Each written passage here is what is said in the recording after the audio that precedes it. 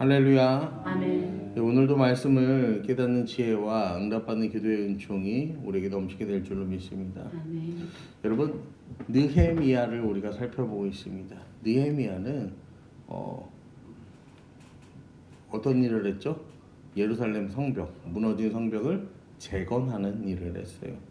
그래서 이 느헤미야는 우리가 성경에 기록된 인물이고 또 큰 이렇게 하나님의 일을 감당한 사람인데 느헤미야는 종교 지도자도 아니었고요, 선지자도 아니에요.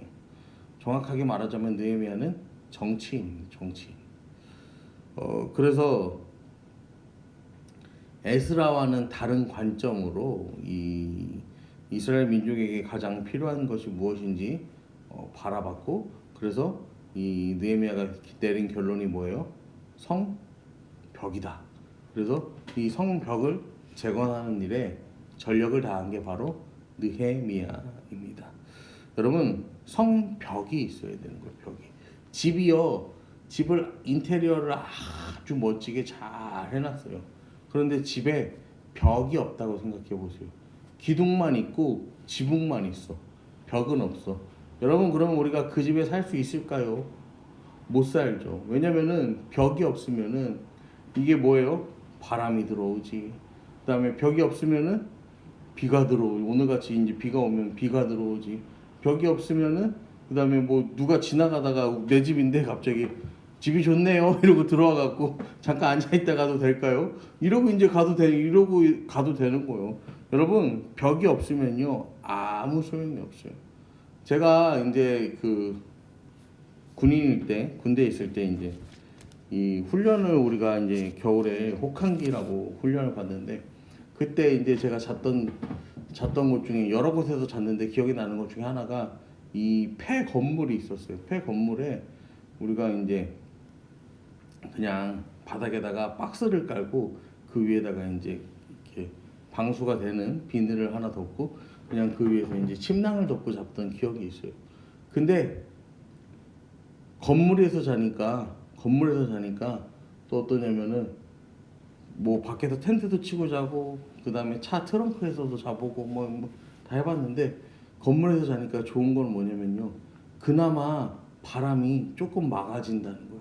근데 그래도 이 건물이 유리창이 하나도 없는 건물이니까 그래도 밤에 자면서 너무 추웠어. 지금 생각하면은 지금 거기서 자라고 하면 아마 입이 돌아가겠지만 그때는 애들이 다 20살, 21살이니까 뭐 어떻게든 잤던 것 같아요. 어떻게든 잤던 것 같은데, 여러분, 그것도 아무리 젊어도 하루고 이틀이지 그거를요 한 달이 되고 두 달이 되고 1년이 되고 2년이 되고 그렇게 살아가는 건 사실상 불가능하죠. 불가능한 일인데, 여러분, 지금 이스라엘의 상태가 그러했어요. 성벽이 없어요. 무언가로부터 우리를 지켜줄 성벽이 없어. 지켜줄 성벽이 없으니까 이 예루살렘이라는 도시 자체가 어떻게 되는 거예요? 누구도 들어가 살지 않는 도시가 되는 거예요. 성전은 예루살렘에 있는데 이 예루살렘 성전이 있어서 사람들이 드나들긴 하는데 성벽이 재건되지가 않으니까 예루살렘은 반은 살아있고 반은 죽어있는 도시인 거야. 성전은 있지만 사람들이 들어와서 살지 않는, 사람들이 막 여기에 머물고 싶지 않은 그런 도시였다라는 거죠.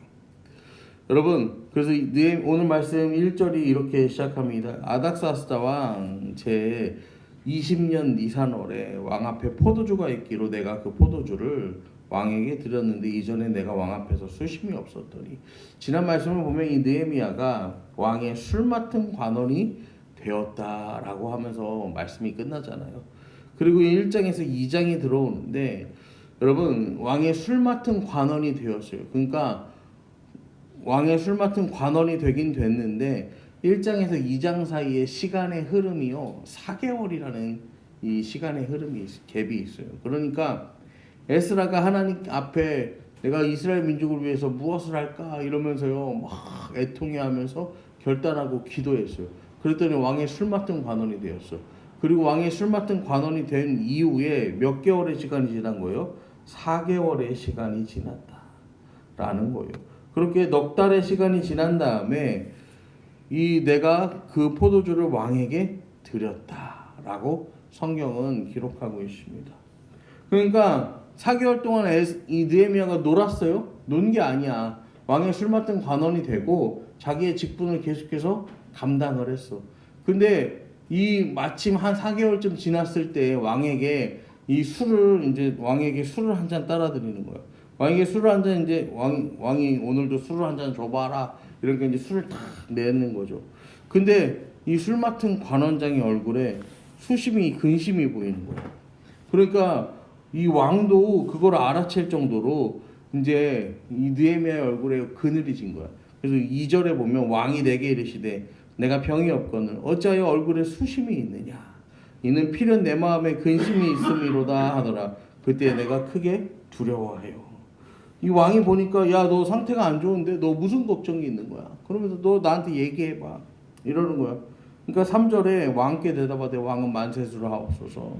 내 조상들의 묘실이 있는 성읍이 이제까지 황폐하고 성문이 불탔사오니 내가 어찌 얼굴에 수심이 없사오리까. 이 지난번에도 이제 말씀을 드렸었는데 이 느헤미야가요 이야기를 하는 거예요. 왕이 너 무슨 일이 있는데 얼굴이 이렇게 표정이 안 좋냐. 그러니까 우리 고향 저 예루살렘의 이야기를요 제가 들었는데요. 이 예루살렘에요 성벽이 없어서 이 도시가 황폐하게 돼요. 도시가 황폐하게 되고 우리 조상들의 무덤도 그러니까 이 돌보지를 않아서 이 무덤이 다 무너지고 파헤쳐지고 아무튼 지금 이런 상황들이 너무나도 안 좋습니다. 이제 왕 앞에 그렇게 이야기를 하는 거예요. 여러분 왜냐면은 우리 이 당시에 페르시아 사람들도요 이 조상의 무덤의 문제에 대해서는요 굉장히 민감한 정서를 가지고 있었어요. 그러니까 그 정서를 이제 이야기를 하는 거죠. 여러분 그런데 이런 게요 그냥 나오는 게 아니에요. 이 4개월 동안 느헤미야가요 얼마나 고심했을까요? 그리고 하나님 앞에 얼마나 기도했을까요? 하나님 내가 왕의 술 맡은 관원이 되었지만 어쨌든 왕 앞에서는 파리 목숨인데 내가 왕에게 내가 원하는 게 있다고 내가 바라는 게 있다고 이렇게 툭 말하는 게 불가능하잖아요. 그러니까 느헤미야가 하나님 어떻게 하면 좋을까요? 어떻게 얘기를 꺼내면 좋을까요? 아니면 왕이 어떻게 물어봐 주면 좋을까요? 막 이러면서 여러 고민을 했던 거죠. 그래서 4절에 보시면은 그러니까 왕이 내게 이르시되 그러면 내가 무엇을 원하냐 하시기로 내가 곧 하늘의 하나님께 묵도하고 왕이 묻는 거예요. 야 내가 뭘 해줬으면 좋겠어? 뭘 들어줬으면 좋겠어? 근데요 이 하나님 앞에 묵도합니다. 이 묵도의 원어적인 뜻이 뭐냐면요 간절한 기도, 목숨을 건 기도라는 거예요. 그러니까 그 짧은 순간에요 느헤미야가 하나님 앞에 간절하고 목숨을 거는 기도를 드리는 거예요. 하나님 내가 여기서 기도합니다. 그러면서 뭐라고 기도하냐면요 뭐라고 기도하고 얻은 이 지혜가 뭐냐면요 왕이시여 왕이 만약에 좋게 여기면은 나를 거기에 보내서 내가 이 조상들의 묘를 정비하고 그 성읍을 건축할 수 있게 도와주십시오. 그러니까 왕이 야 그러면은 언제 가서 언제 돌아올 거냐 이렇게 묻습니다. 된다 안 된다가 아니라 느헤미야가 요청하니까 그럼 언제 가서 언제 올래? 여러분 그렇게 얘기하면 왕이 기분이 조금 상해갖고 너 아예 거기 가서 살아라 그렇게 말할 수도 있는데 느헤미야가 왕도요 너무 기꺼운 거야. 그러니까 언제 가서 언제 올 거야.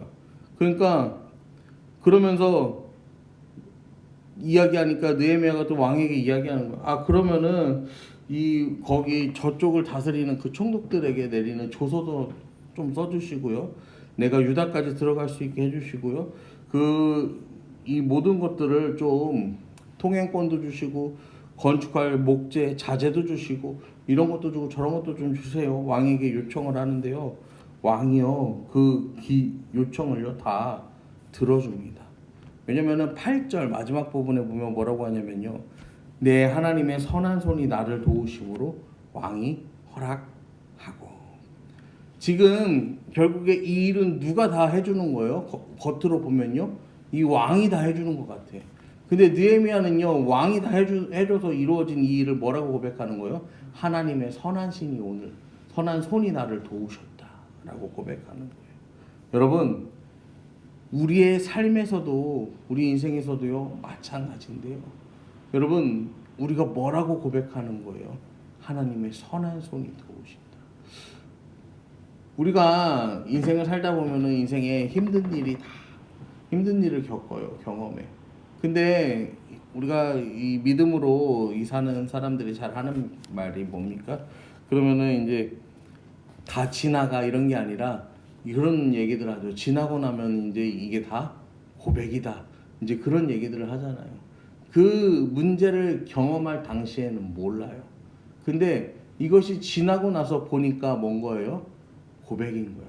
여러분 느헤미야도요. 그때는 이 왕과 서로 대면하여서 이야기하는 그 시간에는 이게 하나님의 도우심이라고 생각하지 못했을 수도 있어요. 하지만 이 시간이 지나서 이 말씀을 기록하고 정리하면서는요. 생각해봤더니 이제 이게 뭐가 되는 거예요? 고백이 되었을 수도 있어요. 왜냐면 우리 삶이 그렇잖아요. 우리도요. 그때는 이게 내가 하나님께 마땅히 드릴 고백이 아니라고 생각돼. 근데 시간이 지나고 나니까 뭐가 되는 거예요? 고백이 되는 거잖아요. 여러분 시간이 지나고 나니까 그만큼 하나님께서 이 생명을 얼마나 귀히 여기시는지 이 영혼을 얼마나 사랑하시는지 그거를요 시간이 지나서 우리가 깨닫게 되는 거잖아요. 제가 이 다리를 다쳤는데 이 다리를 다치고 나서 그냥 그날은 막 정신이 없으니까 밤에 이제 지난주에 수요 예배가 끝나고 다쳐갖고 정신이 없으니까 막 응급실에서 이제 막 치료를 받고 돌아와서 이제 이러고 있는데 그러고 나서 다음날 돼서 이제 생각해보니까 야 이게 찢어지지 않은 것도 은혜고 그 다음에 이게 병원에 갔는데 그 의사가 그러는 거예요. 박힌 느낌은 없죠? 그러는 거야. 아 그러니까 그 순간에 아 그렇지 박히지 않은 것도 은혜다. 그 다음에 뭐 진짜 뭐 벌어지지 않은 것도 은혜고 이것도 이렇게 이 정도만 다친 것도 아 은혜구나 라는 사실을요 제가 이제 깨닫게 되었어요. 그래서 아 정말로 하나님 앞에 이게 또 감사할 일이구나. 또 하나님께 감사의 고백을 드리게 되었는데요. 여러분도요. 저도 마찬가지지만 우리가 오늘을 살아가실 때 우리가 또 기도해야 할 것은요. 오늘도 하나님께서요. 나와 함께 하기를 원하시는데요. 여러분 그때 하나님의 선한 손의 도우심을 위해서 기도하시기를 부탁을 드립니다. 여러분 하나님 오늘은 이렇게 하나님이 이끌어 주셨으면 좋겠어요. 이게 아니에요. 오늘도 하나님의 선한 손이 하나님 내 삶 가운데 함께 하기를 주님 소망합니다. 아멘. 하나님의 선하심은요 완전해요. 그래서요 이 느헤미야 2장 9절에 보면 느헤미야는 통행권도 주시고 목재도 주세요. 이렇게 왕 앞에 간청하는데 왕이요 군대 장관도 가라. 마병도 가라. 그리고 이 니들이 보호해서 가서 이 총독들에게 왕의 조서를 전해라. 여러분 느헤미야가 혼자 가갖고 저는 저 왕궁에서 왕의 이 술 맡은 관원인 느헤미야입니다 이러고 가면요 느헤미야가 지금 술 맡은 관원의 관직에 올라간 지 몇 달이요? 4달밖에 안 지났단 말이야. 그러면은 이게 올라갔다가 금방 쫓겨났는 것 같은데 이럴 수 있어. 근데 막 군대 장관이 막 병사들을 이끌고 막 와갖고 야 이번에 예루살렘에 총독으로 가는 느헤미야다 막 이러면서 이렇게 하면요 그 주변에 이제 총독들이 다 어떻게 반응하겠어? 아 저 느헤미야가 실세 중에 실세구나. 넉 달밖에 안 됐다고 그랬는데 이 넉 달이 중요한 게 아니라 왕이 저 사람을 얼마나 사랑하는지 모르겠구나. 오죽하면 저 왕이 저 느헤미야한테 총독으로 저기를 가겠다고 했는데 언제 올 거냐고 물어봤다지 막 이러면서 이제 반응하는 거예요. 여러분 구하지 않은 것도 얻게 되는 거예요. 우리가 기도하면서 하나님의 일을 기다리고요 기대하며 준비하면요 하나님은 반드시 하나님의 때에 사용하십니다. 그냥 사용하시는 게 아니고요 크게 들어서 하나님 쓰세요. 그렇기 때문에 여러분 우리의 삶 가운데 하나님의 그 일하심을 여러분 기대하시고 또 우리의 자녀들의 인생 가운데 그 하나님의 일하심 하나님이 들어쓰실 그날을 기대하고 준비하며 나아가는 저와 여러분 되기를 이 시간도 간절히 축원합니다. 아멘.